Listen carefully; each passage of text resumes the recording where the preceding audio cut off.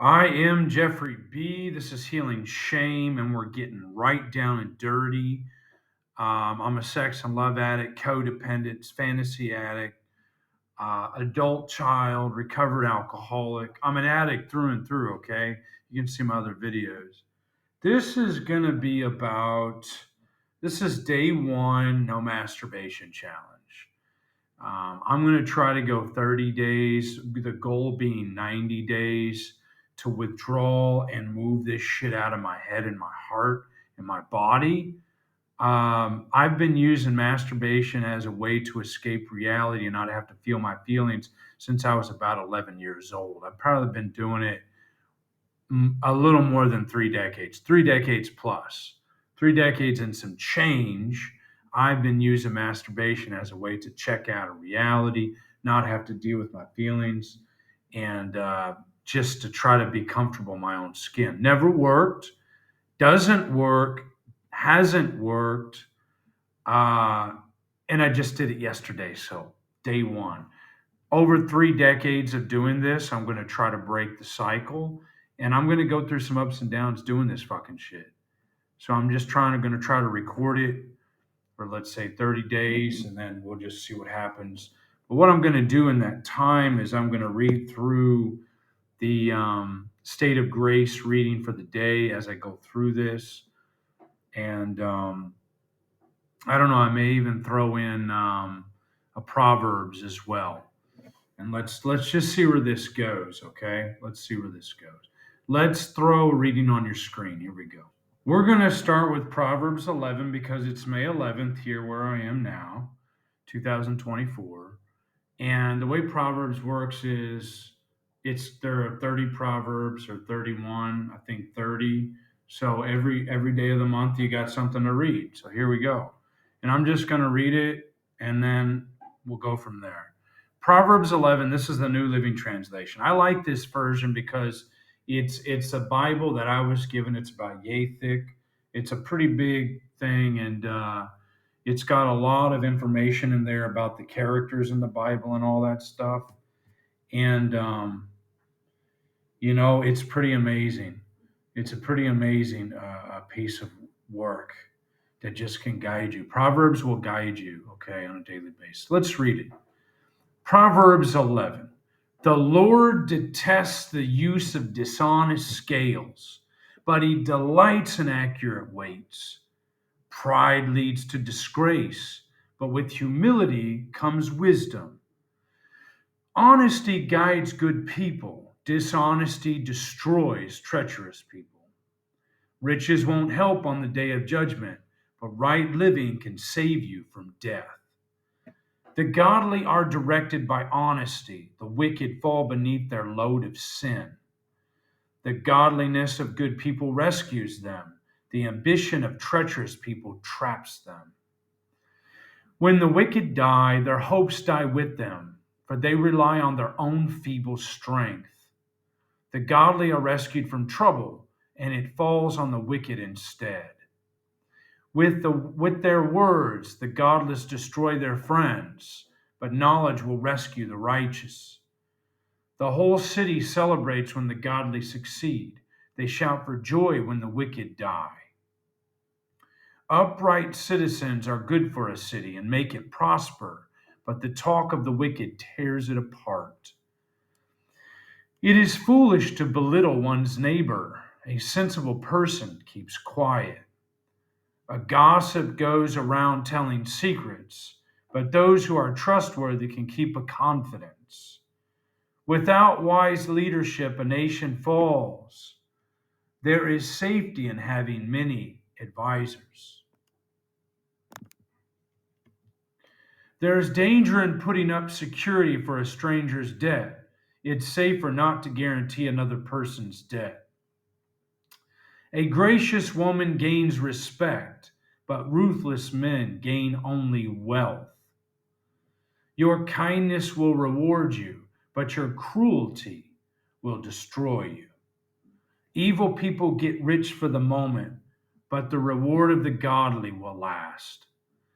Godly people find life, evil people find death. The Lord detests people with crooked hearts, but he delights in those with integrity. Evil people will surely be punished, but the children of the godly will go free. A beautiful woman who lacks discretion is like a gold ring in a pig's snout. The godly can look forward to a reward, while the wicked can expect only judgment. Give freely and become more wealthy. Be stingy and lose everything. The generous will prosper.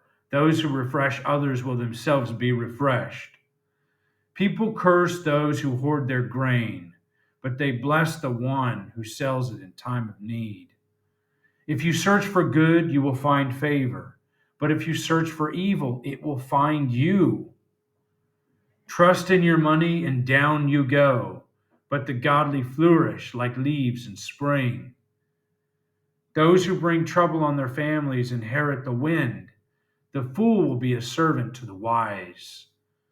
The seeds of good deeds become a tree of life. A wise person wins friends. If the righteous are rewarded here on earth, what will happen to wicked sinners?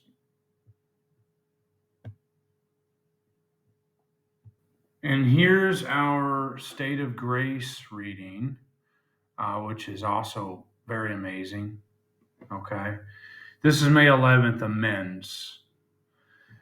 But even if we could not see how we could find the courage to carry out these amends, the willingness to try to do so was vital to our progress.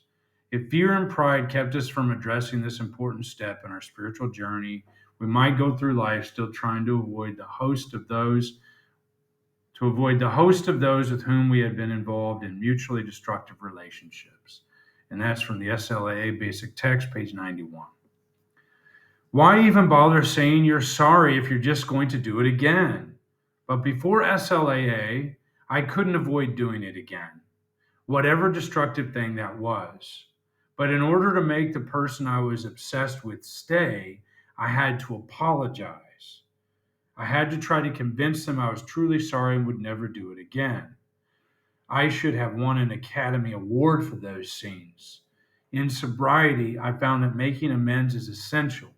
I had to confront my bad behavior and take the actions to change it. If I didn't clear out the wreckage of my past, I'd spend a lifetime running. Pride gave me rationalizations about why I didn't need to make amends to someone who had also hurt me.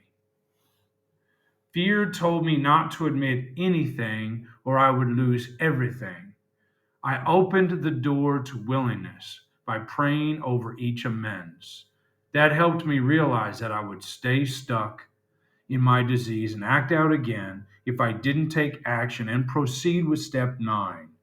Most of my amends were taken well, and people could see that I had really changed. I had finally found serenity.